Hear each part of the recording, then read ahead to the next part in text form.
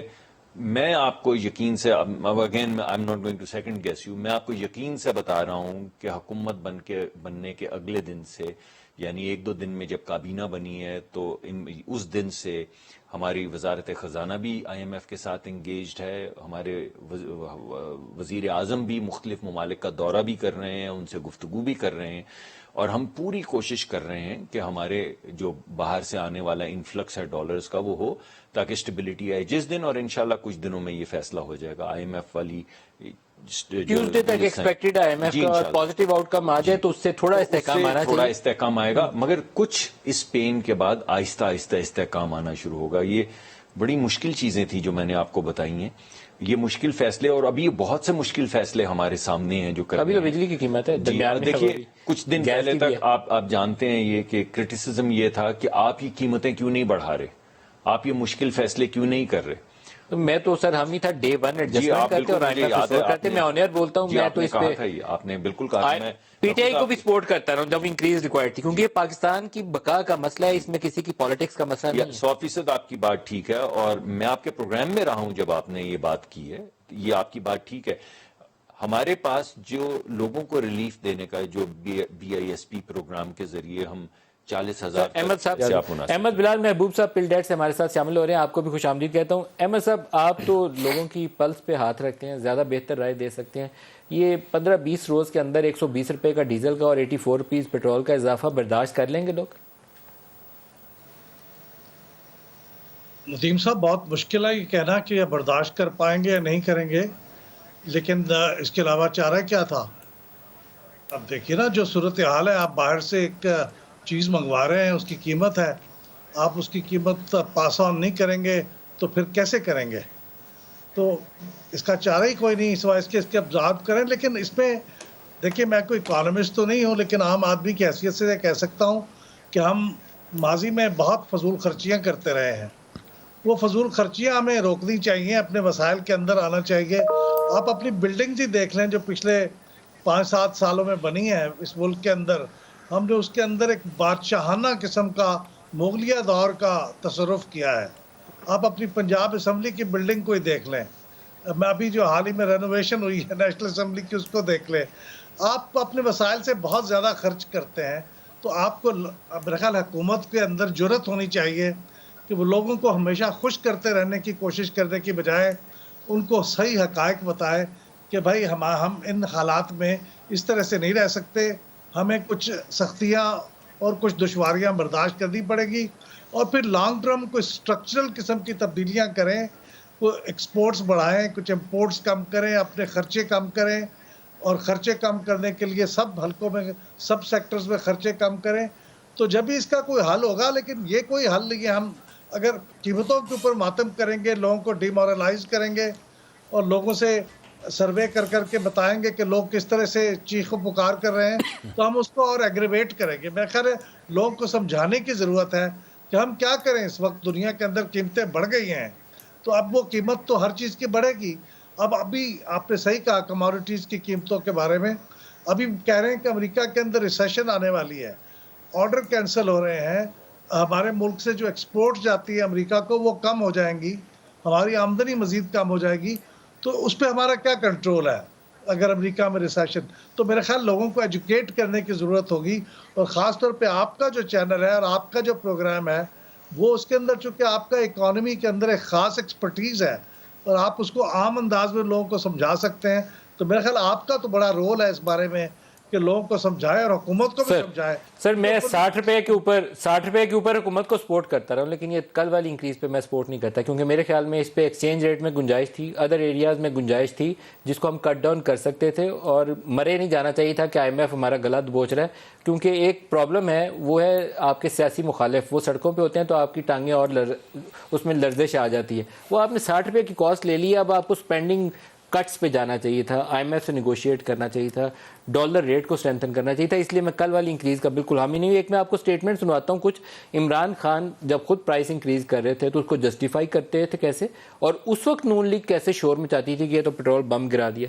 دکھائے گا جی پروڈیوسر. میں آج آپ کو کہہ رہا ہوں کہ ہمیں پیٹرول بڑھانا پڑے گا، کیونکہ ہم اگر پیٹرول نہیں بڑھاتے تو ہمارا خسارہ بڑھتا جا رہا ہے. عوام کے اوپر آج پیٹرول بام جو ہے وہ ان کے اوپر بجلی بن کے گرا ہے. آج پاکستان دنیا میں ابھی بھی سستا ترین ملک ہے. ہماری جو آج ڈیزل اور پیٹرول ہے UAE سے سستا بک رہا ہے، سارے بنے سلیق میں سب سے سستا ہے. ڈیزل کی قیمتیں جتنی عمران خان کی حکومت میں اوپر گئی 75 سال میں کبھی نہیں گئی. بجلی اس لیے بڑھنی پڑ گئی کہ یا ہم بینک کرپٹ ہو جاتے، ہمیں IMF کے پاس جانا پڑا، IMF کی شرائط میں رہنا پڑا، IMF کے مسئلوں سے ہم نکل نہ سکے. خوف آتا ہے کہ آئندہ الیکشن کے نتیجے میں جو بھی حکومت ہوگی وہ کس طرح اس تباہ شدہ معیشت کو دوبارہ بحال کر سکے. جب آپ کی روپیہ گرتا ہے تو جب چیزیں مہنگی ہو جاتی ہیں، ایک وہ ہے. سب سے زیادہ اس وقت میری حکومت ایک ہی چیز پہ لگی ہوئی ہے کہ ہم کس طرح لوگوں کے اوپر مہنگائی کا بوجھ کم کریں. عام آدمی کی کمر توڑ دی ہے، اور میں سمجھتا ہوں کہ اگر اس مہنگائی کو طوفان کو نہ سنبھالا گیا تو یہ اس حکومت کو خس و خاشاک کی طرح بہا کر دے جائے گا. پاکستان تحریک انصاف کو حکومت ملی تھی 123 روپے کے اوپر ڈالر تھا، اور جس دن یہ گئے ہیں تو 189 کے اوپر چھوڑ کر گئے ہیں. تو یہ 4 سال کے اندر روپیہ جو تھا، اگر اس کو ڈار والے 104 سے ملا لیں جس کے اوپر تنقید تھی کہ وہ جما کے بیٹھے ہوئے تھے 104 پہ چھوڑتے نہیں تھے، تو 104 سے 207 روپے 67 پیسہ آج کا ریٹ. اور 5 ارب ڈالر ہم نے اضافی کمائے ہیں برآمدات میں، کو 50 ارب ڈالر کا ہم نے قرضہ چڑھایا ہے. کنسسٹنٹلی ڈبل ڈیجٹ انفلیشن رہی ہے، اور پیٹرولیم مصنوعات کی قیمتیں ہم آپ کے سامنے ہیں. سائرہ بانو MNA GDA سے بھی ہمارے ساتھ شامل ہو چکی ہیں. آپ کو خوش آمدید کہتا ہوں. ایک نواز شریف کا ساٹ ہے، کل رات سے گھوم رہا ہے سوشل میڈیا پہ. جب PTI نے پرائسز بڑھائی تھیں تو اس کے اوپر انہوں نے کہا تھا آدھی رات کو انہوں نے ڈاکہ ڈال دیا ہے، تو اب کل آدھی رات کو انہوں نے بھی بڑھا دیے ہیں 60 روپے اور 24 روپے. آپ کا رد عمل کیا ہے اس کے اوپر؟ میرا کیا رد عمل، آپ نے پورے پاکستان میں عوام کا ہی رد عمل دیکھا ہے. اور ابھی آپ نے ایک ویڈیو اور بھی دیکھی ہوئی ہوگی جو نواب شاہ میں رکشہ ڈرائیورز نے رکشہ کو آگ لگائی ہے. تو یہ بہت لمحہ فکریہ ہے. آج اس کی صرف آپ ویڈیو نہ دیکھیں، اس کی آنکھ میں جو درد تھا، جو غم و غصہ تھا، آپ اس کو بھی دیکھیں. آج اس نے اپنے رکشے کو آگ لگائی ہے، تو شاید کل وہ کوئی بچوں کو زہر دے کے اس کی بھی پنکھے سے لٹکی ہوئی لاش ملے گی. تو یہ بہت سوچنے کا مقام ہے. میرے خیال میں یہ بعد والے جو جملے ہیں یہ ہمیں انکریج نہیں کرنے چاہیے، کیونکہ نہیں، آپ دیکھتے ہوئے آئے ہیں، وہ آپ کی بات صحیح ہے کہ اس کو وہ کرنا چاہیے، لیکن آپ کیا ایسی خبریں آئی نہیں؟ برے حالات لوگوں نے کیا میں تو کہہ رہا ہوں کہ بہت مشکل ہے، پتہ نہیں کیسے لوگ زندہ رہیں گے. میں تو کہہ رہا ہوں لوگ بس. اب میرا تو یہی سوال ہے کہ باقی ہم لوگوں نے تو یہ کر دیا جو مستقل ہر ممبر سے ان کے میں کر رہی ہوں کہ 15,000 والے کا بجٹ بنا کر دیتے مجھے، کہ 15,000 والا کھائے گا کیا اور وہ سفر کیسے کرے گا. یا تو اس ملک میں بہت ساری سہولیات ہوں. پچھلی گورنمنٹ میں بھی مجھے ایک پرابلم تھا کہ ہم لوگ اپنی ہر چیز مہنگائی ہے اس چیز کو انٹرنیشنل کنٹریز سے ملاتے تھے. آپ نے وہاں پر صحت کی سہولیات دیکھی ہیں، آپ نے وہاں پر ٹرانسپورٹیشن دیکھی ہے، آپ نے وہاں پر ایجوکیشن دیکھی ہے. یہاں پر تو ہمارے پاس کچھ بھی نہیں ہے.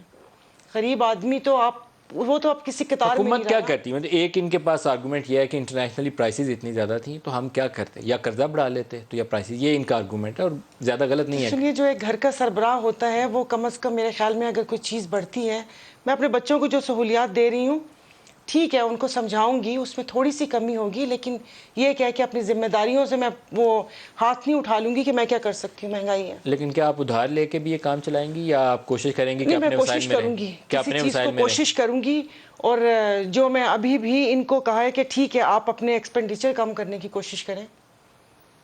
آپ ابھی جگہ ہم پیٹرول کی بات کر رہے ہیں تو میں مسلسل پہلے دن سے ایک ہی بات کہہ رہی ہوں کہ جو وزراء کا اور بیوروکریسی کا اور باقی چیزوں کی تام جھام اور ان کا فری پیٹرول اور باقی جو ان کو آسائشیں مل رہی ہیں، آپ اس پہ کٹ لگائیں، غریب عوام پہ کٹ نہ لگائیں. تو پارلیمنٹ کے جتنے ٹوٹل ایکسپنسز ہیں آپ ایک سال کے لیے نہ خرچ کریں. آپ تجویز دیں کل کے سارے M N As, M P As, جتنے منسٹرز ہیں سب کی سیلریز دیں ہی نہیں، ان کو زیرو کر دیں. نہیں، آپ ایک سال کے دیکھیے، لیے مجھے بجٹ ایک زیرو پہ بات لے تو لیں. وہ ہے کہ آپ سب لوگوں کی آج آ کے جو تان 2-4-5 ارب ہی بچے گا نا. پارلیمنٹیرینز، میں اپنے آپ کو بھی شامل کر رہی ہوں اور میں جو ہمارے بیوروکریسی ہے میں اس کو بھی شامل کر رہی ہوں. میں اس میں ریٹائر افسران کو بھی شامل کر رہی ہوں اور جو ان کی پینشنز اور ان کی جو چیزیں ہیں میں اس کو بھی جب شامل کر آپ رہی لوگ ہوں. کراچی سے آتے ہیں پارلیمنٹ کے اجلاس کے لیے تو پر ڈے آپ کو کتنا ملتا ہے ایئر ٹریول کے لیے اور پر ڈیم؟ میں کبھی اتنی ڈیٹیل پوچھی نہیں. 1.5-2 لاکھ روپیہ میرے خیال میں ہوتا ہے شاید پر ڈے. جب آپ کراچی سے ٹریول کرتے ہیں تو اس کا چلے بہت اچھا ہوا آپ نے کوسچن پوچھا کہ آپ ایک بات بہت سوشل میڈیا پہ چلتی ہے کہ ہم لوگوں کا یہ چیز فری ہوتی ہے، وہ چیز فری ہوتی ہے. ایئر ٹکٹ ملتا ہے؟ ایئر ٹکٹ ملتا ہے بٹ کچھ بھی فری نہیں ہوتا. جس گھر میں رہتے ہیں ایئر وہ ٹکٹ رینٹ کے پے پیسے کرتے دیتے ہیں. ہیں؟ جی ایئر ٹکٹ کے پیسے نہیں، ہمیں ٹکٹس ملتے ہیں. جی آپ سرنڈر کر سکتے ہیں اس مشکل صورتحال میں. آپ وہ سرنڈر کر دیں سہولت کے، ایک سال کے لیے وہ سہولت نہیں لیں گے. جی وہ سب اگر وہ کریں تو میں بالکل ساتھ ہوں. ڈاکٹر صاحب جی یہ بات ٹھیک ہے. آپ جو کٹس کی بات کر رہے ہیں یہ بات بڑی ضروری ہے، بیکاز اگر ہم نے کوئی ایگزامپل سیٹ کرنی ہے اور لوگوں کو کہنا ہے کہ وہ سیکریفائس دیں تو وہ سیکریفائس تو گھر سے شروع کرنا پڑے گا. اور اس میں بریک ڈیو ہوگی، بریک سے واپسی پہ جواب لیتے ہیں. ہمارے ساتھ رہیے گا.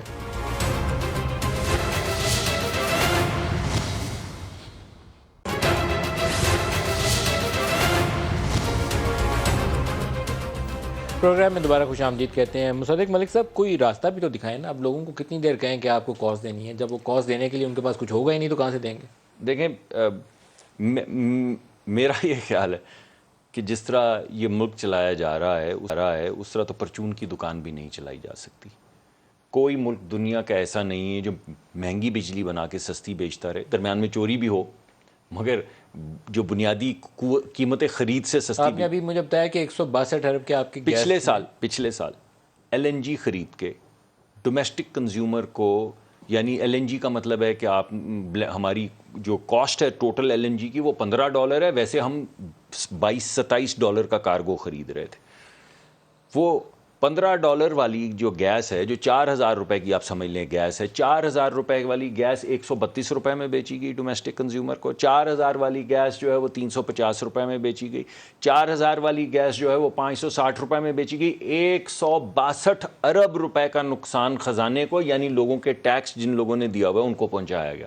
یہ پچھلے ایک سال میں سر. لیکن آپ کیا اس میں کوئی پرائرٹائز نہیں کر سکتے کہ آپ وہ سی این جی سیکٹر کو ایل این جی دیں اور وہ مہنگی والی ہے تو اس کو دیں، یا انڈسٹریل سیکٹر سے وہ کاسٹ پوری کر لیں، یا فرٹیلائزر کو دیں، کسی ایک سیکٹر کو آپ ٹارگٹ کر لیں، پاور سیکٹر کو دے دیں، میں تو کاسٹ لے لیں اس سے. دیکھیں میں تو آپ کو مثلا بہت سے لوگوں نے مجھے کہا کہ بنگلہ دیش کی اگزامپل دی، تو میں نے ان کو کہا کہ بنگلہ دیش 32واں سب سے بڑا ملک ہے جو گیس پیدا کرتا ہے، یا 36واں مجھے نمبر بھولتا ہے. انہوں نے یہ فیصلہ کیا کہ اگر ایک بھی مالیکیول نکلے گا گیس کا تو وہ سب سے زیادہ جو پروڈکٹیو استعمال ہے اس کا وہاں پہ دیں گے. انہوں نے اپنی انڈسٹری کو دے دیا. آپ ان کی انڈسٹری اور ایکسپورٹ دیکھیں.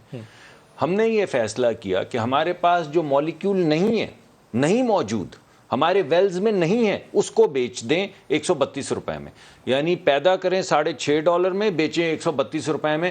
جب آپ نے ایک پالیسی بنا لی اور آپ نے لوگوں کو کہا کہ یہ آپ کی انٹائٹلمنٹ ہے 132 روپے میں گیس خریدنا، تو اب وہ واپس کیسے آپ سیاسی طور پہ لے سکتے ہیں؟ نتیجتاً کیا ہوا کہ ملک کی انڈسٹری بھی تباہ ہو گئی. آپ نے یعنی چھوڑیں ان باتوں کو.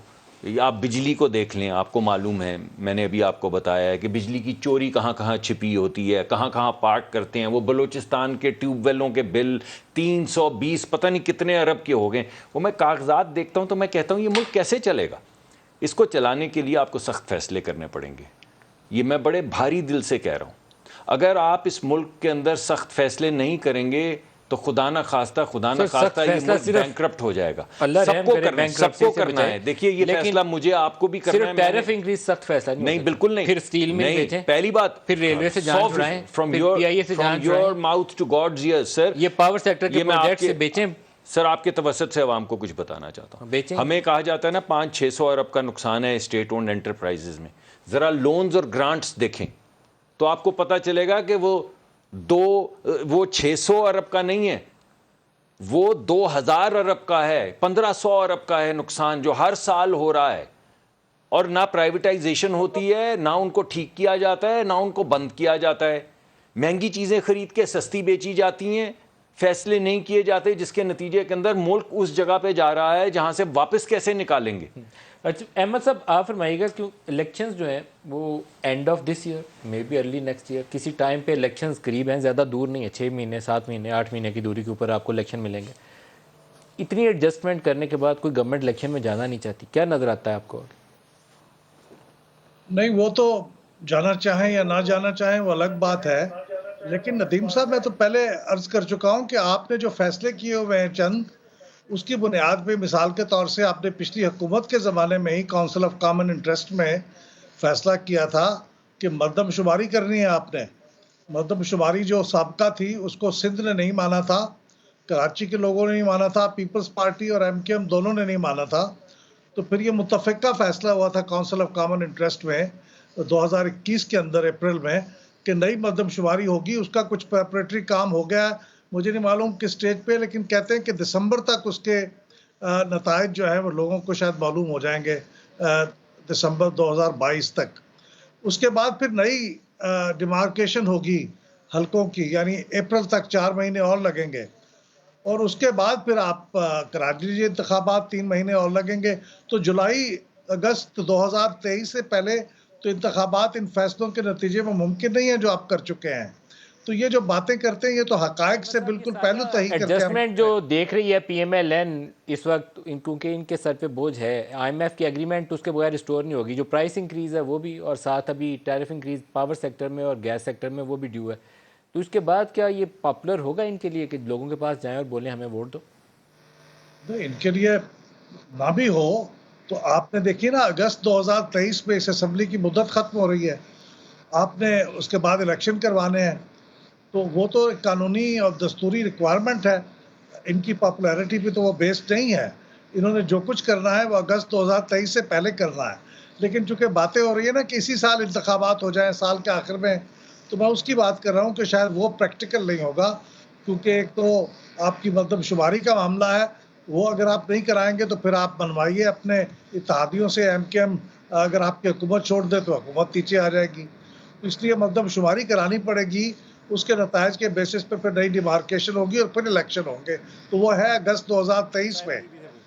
سائرہ بی بی آپ کا کیا خیال ہے، GDA کب دیکھتی ہے الیکشن؟ GDA میرے خیال میں تو جو نگراں مجھے تو نہیں دکھ رہے، جلدی الیکشن نہیں نظر آتے؟ نہیں. یہ جو ملک کے حالات چل رہے ہیں، اگر انہوں نے فائنینشیل ابھی فی الحال تو ایک وہ کہتے ہیں نا کہ انڈر کور فائنینشیل ایمرجنسی دیکھ لیں کہ لگی ہوئی ہے، لیکن میرے خیال میں جو نگران سیٹ اپ آئے گا وہ بہت لنگر آن ہوگا. لنگر آن ہو جائے گا؟ جی آئے گا جائے گا نہیں، یہ آپ کو لگتا ہے؟ جی اس کی دستور میں گنجائش نہیں ہے اس کی؟ جی اس کو لٹکانے کی دستوری گنجائش نہیں ہے؟ مے بی فائنینشیل ایمرجنسی لگ جائے تو شاید وہ لٹک بھی جائے، کیونکہ اب جتنا آئی ایم سوری اگر بہت عوامی لینگویج میں بولوں تو جتنا گند ہو چکا ہے، پہلے اس کی صفائی ضروری ہے زیادہ نیکسٹ الیکشن میں جانے سے پہلے. کی صفائی آپ کی کیا مراد ہے؟ تھوڑا آسان لفظوں میں سمجھا دیں. بس یہ اسی کو آپ تھوڑا سا اس کو زیادہ سمجھ لیں، تھوڑا کہے کو زیادہ تھوڑے کو زیادہ وہ کر لیں کہ جب تک یہ نہیں ہوگا. وہ پیر پگارا کہا کہتے تھے، اللہ ان کو مغفرت فرمائے ان کی، وہ کہتے تھے بھل صفائی پہلے ہوگی، تو بھل صفائی پہلے ہوگی. پیر صاحب کی بھی ایک وہ ہے کہ ایک سندھی میں ہے، اب اس کا اردو بھی میں آپ کو بتاتی ہوں کہ احتساب جی ابتدا پنجاب کا تھیندی ہن سب سیاستدان تھا بھواری پھرندی. یہ احتساب کی ابتدا پنجاب سے ہوگی اور ان سب پر جھاڑو پھرے گی. تو پنجاب میں ساروں پہ جھاڑو پھرنے والی ہے، جو پنجاب سے اٹھ کے آئے ہوئے ہیں، جس میں شہباز شریف بھی ہیں، عمران خان بھی ہیں، سب پہ جھاڑو پھرنے والی ہے کہ اس چیز کو نہیں، بس جو صفائی ہوگی جو بچ گیا پھر حکومت اسی کی ہوگی. مجھے نہیں نظر آ رہا کہ یہ دوبارہ اسی طرح الیکشن ہوگا اور پھر اس کے بعد واویلا ویسے ہی ہوگا. MKM الگ چیخے گی، اس لیے کہ مردم شماری حلقہ بندیاں سب ادھر ادھر کر دی ہیں ان لوگوں نے. سائرہ بی بی نے تو کہا دیا نا کہ نہیں میں صحیح میں کہہ رہی ہوں. ابھی آپ یہ جو کیا کہہ رہے ہیں ڈپٹی اقبال، ان کا وہ دیکھ لیجئے گا. پہلے لوگ یہ سمجھتے تھے کہ وہاں پر مقابلہ جو ہوگا وہ PTI کرے گی یا پیپلز پارٹی کرے گی، لیکن یہ بھی ہماری پریڈکشن تھی کہ TLP اس کو ٹیک اوور کرے گی. اور اب آپ نے پچھلے دنوں دیکھ لیا جیسے وہ آئے اور ان کا استقبال ہوا. وہ 2018 میں ہمارے ڈیفنس علاقے میں TLP نے 4 لاکھ ووٹ لیے. یہ شاید ان کو TLP بھول گئی ہے، لیکن اب میرے خیال میں اس صفائی کے علاوہ کوئی گنجائش نہیں ہے. اچھا، ہم نے ایک پیکج بھی بنایا، میں آپ سب کو سنوانا چاہوں گا. پچھلے جو 2 مہینے کی پاکستان کی سیاست ہے اس میں پی ٹی آئی کے علاوہ اس وقت تقریباً سبھی لوگ غدار ہیں، وہ پاکستان سے بکے ہوئے ہیں. اس میں انہوں نے اسٹیبلشمنٹ کو بھی شمار کر دیا ہوا ہے، پی ڈی ایم کی تمام جماعتوں کو بھی شمار کر دیا ہوا ہے. شاید ہی کوئی بچا ہوگا. میڈیا کا بھی جو بندہ ان کا ترجمان بن کے کام نہیں کر سکتا وہ بھی سارے اسی غداری والی فہرست میں شامل ہے. تو ہم نے اس کے اوپر ایک پوائنٹس اکٹھی کی ہیں کہ کس نے کیا کہا، وہ آپ کو دکھاتے ہیں، پھر اس پہ بھی بات کرتے ہیں. دکھائیے گا جی. بریک لے لیں جی، بریک سے واپسی پہ اس کا جواب لیتے ہیں.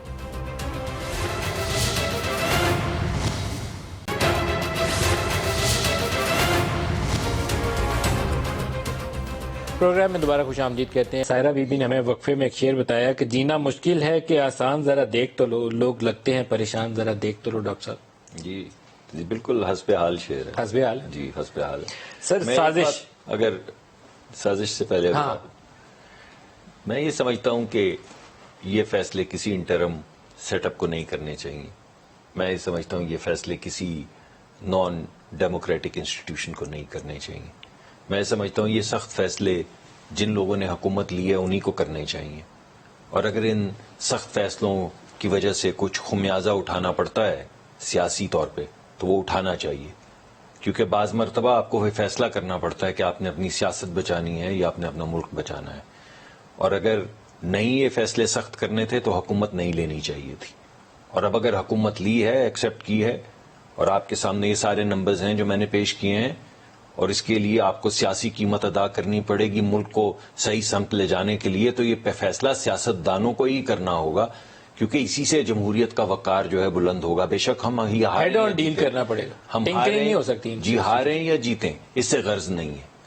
آپ کو لایا جاتا ہے ملک کے لیے صحیح فیصلے کرنے کے لیے، آپ کو وہ فیصلے کرنے ہیں. کسی نے سیاسی قیمت ادا کرنی ہے، کیونکہ جس طرح یہ چل رہا ہے ایسے چلاتے رہیں تو ملک کو موت کے دہانے خدا نخواستہ لے جائیں، خدا نخواستہ، خدا خاکم بدہن. اللہ رحم فرمائے، اس وجہ کر رہے گا لیکن اس وجہ سے اکانومی نہیں چل یہ سکتی. کسی اور کو فیصلے نہیں کرنے. اگر کوئی انٹرم بھی آئے گا تو پاکستانی آئے گا نا، وہ بھی فیصلے کرے گا. تو یہ سیاست دانوں کو سیاست کا وقار بلند کرنے کے لیے فیصلے کرنے چاہیے، چاہے اس کی سیاسی قیمت ہی کیوں نہ دینی پڑے. آپ ہم ہی ہیں اس کی سارا بی بی سپورٹ کریں گی انہیں. اگر مشکل فیصلہ کرتے ہیں، پرائیویٹائز کرتے ہیں، اسٹیل مل بیچتے ہیں، تو آپ ان کے ساتھ کھڑی ہوں گی؟ نہیں. میرا تو ایک ہی پرابلم ہے نہ، مجھے ان فگرز کا سوری مطلب آپ کی فگرز کی بات نہیں کری کہ نہ ان پہ کوئی وہ میرا یقین ہے یا وہ. مجھے بس یہ ہے کہ ایک عام آدمی مر رہا ہے. کیونکہ میں جب اپنے حلقے میں جاتی ہوں، وہاں پر سانگڑ میں جاتی ہوں، وہاں پر جو کر کے وہاں پر میں بیٹھ کے گاؤں میں، جھول گاؤں میں جا کر میں اس کو اس انفلیشن نہیں سمجھا سکتی. میں اس کو کرنٹ ڈیفیسٹ اور یہ ڈیبٹ وغیرہ میں اس کو نہیں بتا سکتی. اس کا یہی پرابلم ہے کہ آدھی رات کی روٹی میرے گھر پہ ملے گی نہیں ملی، میں ہسپتال جاؤں گی مجھے دوا ملے گی یا نہیں ملے گی، یہ چیزیں میں ان کو نہیں سمجھا سکتی. یہ بات تو ان کی اور باقی یہ کہ بڑے پاکستان کا یہی مسئلہ. اور اسی ایک لائن میں انہی چیزوں کو کرنے کے لیے کچھ فیصلے کرنے پڑیں گے، ورنہ تو سب لٹ جائے گا. بہت شکریہ ڈاکٹر مصدق ملک صاحب، سائرہ بانو صاحبہ اور احمد بلال محبوب صاحب، آپ سب کا بہت شکریہ. آج کے لیے اتنا ہی، اجازت دیجیے. اللہ حافظ.